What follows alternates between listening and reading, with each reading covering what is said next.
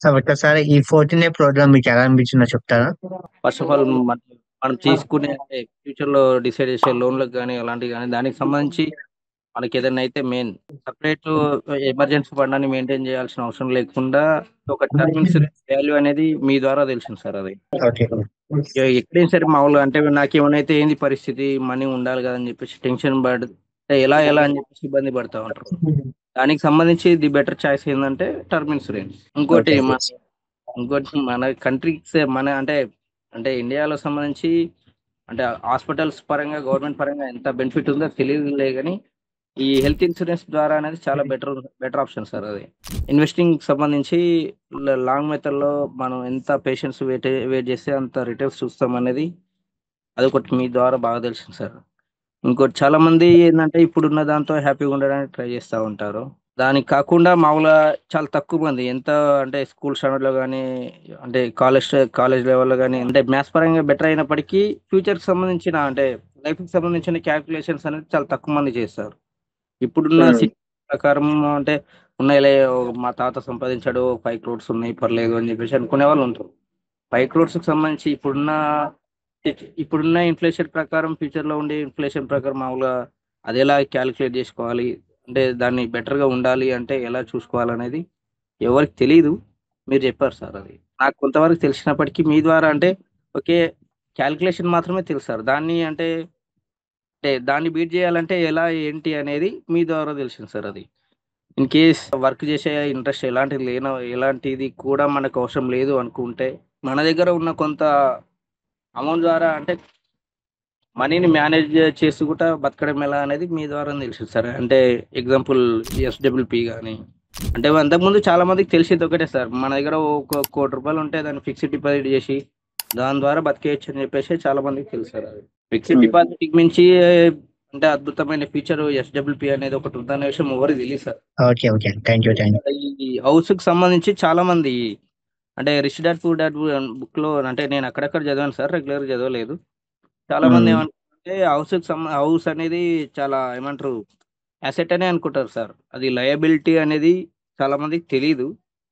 అది మీ ద్వారా తెలుసు సార్. అంటే లయబిలిటీ అని చెప్పేసి అంటే నాకు ముందే తెలుసు సార్. కాకపోతే ఏ టైంలో హౌస్ అనేది మనకి ఏ టైంలో ఉంటే అసెట్‌గా మారిపోతుంది. ఏ టైంలో ఉంటే లయబిలిటీ అనేది మీ ద్వారా తెలుసు సార్. అంటే మనం ఈ రోజుల్లో ఇప్పుడున్న సిట్యుయేషన్‌లో మన వర్క్ ఎక్కడ ఎలా ఉంటామనేది తెలీదు కదా సార్. హ్మ్. అంటే యెస్. ఫ్యూచర్‌లో. ఇప్పుడు నాకు 29 ఇయర్స్ నేనిక్కడున్నాను.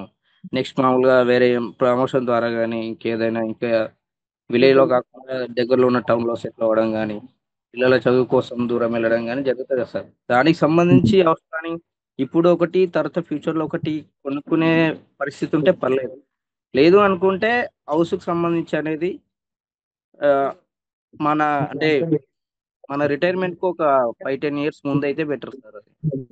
అది అనేది ద్వారా యెస్. తెలుసు. కరెక్ట్. చాలా మందికి తెలీదు సార్ అది. మళ్ళా హౌస్ కట్టడం అనేది దాని వాల్యూ పెరిగిపోద్ది అనుకుంటారు గానీ, ఆ ల్యా హౌస్ ఉన్న ఏరియా ల్యాండ్ వాల్యూ మాత్రమే పెరుగుతది కదా సార్.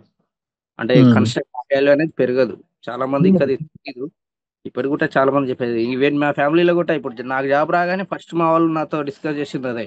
జాబ్ వచ్చింది కదా! లోన్ ఎప్పుడు ఇద్దాం? ఇల్లు ఎప్పుడు కడదాం? ఓకే. అంతే.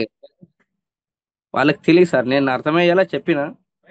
హ్మ్. మీ ద్వారా ఎళ్ళిన తర్వాత ఇంకా క్లియర్‌గా చెప్పిన వాళ్ళకి. మనం ఎక్కడ ఉంటాం ఓకే. ఎలా అనేది తెలీదు.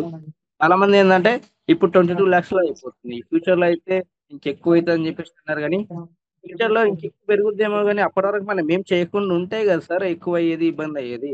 దానికి హ్మ్. సంబంధించి మనం మనీ గెయిన్ చేయడం యెస్. అనేది చేయాలి కదా సార్. ఎవరైతే యెస్. ఫ్యూచర్‌కి కరెక్ట్. సంబంధించి డబ్బులు సంపాదించలేము, ఇన్వెస్ట్ చేయలేము అనుకునే వాళ్ళు మాత్రమే భయపడాలి.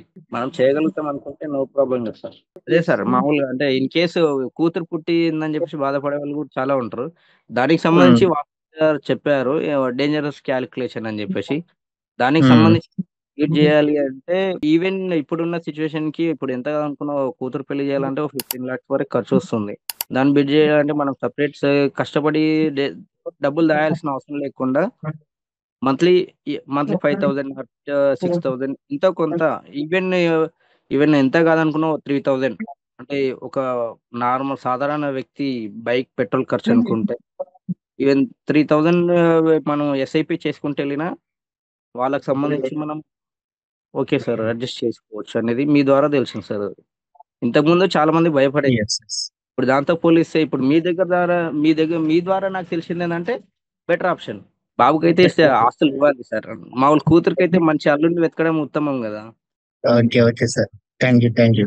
పవర్ ఆఫ్ కాంపౌండ్ ఇంట్రెస్ట్ అనేది చాలా బెటర్‌గా ఎక్స్‌ప్లనేషన్ ఇచ్చారు సార్. నార్మల్‌గా ఎవరైనా సరే చెప్తారు ఇలా అని, అలా అని చెప్పేసి. ఎవరైనా సరే లైఫ్‌లో కింగ్ లాగా బతకాలనే అనుకుంటారు. ఎవరి కోరికైనా అదే. కాకపోతే మనం చదువుకున్న పుస్తకాల ప్రకారం ఒక కింగ్ దగ్గర నలుగురు, ఐదుగురు మినిస్టర్స్ ఉండేవాళ్ళు. ఇప్పుడున్న ప్రతి ఒక్కరు కింగ్ లాగా బతకాలనే కోరుకుంటారు. ఒక మినిస్టర్‌ని మాత్రం పెట్టుకోరని ఎవరు అనుకోరు. ఇప్పుడున్న సిట్యుయేషన్‌లో మినిస్టర్ అంటే సార్ ఫైనాన్షియల్ ప్లానర్. అలాంటి వాళ్ళని పెట్టుకోవడానికి ఎవరు ఇష్టపడరు. ఎందుకంటే మనీ పే చేయాలి. ఈ రోజుల్లో అందరికి ఫ్రీగానే కావాలి. మళ్ళీ కింగ్ లాగా బతకాలి అని అది ఇప్పుడు బాగా అనిపించింది sir. Correct. Yes correct sir. అది సార్ అదొకటి బాగా నచ్చింది. నేను చాలా మందికి చెప్పింది అదే సార్. అంటే నాతో ఫ్రీగా ఎవరైతే నా మంచి కోరే వాళ్ళు ఎవరైతే ఉంటారో వాళ్ళతో చెప్పింది. Even sure. అంటే థ్యాంక్ యూ.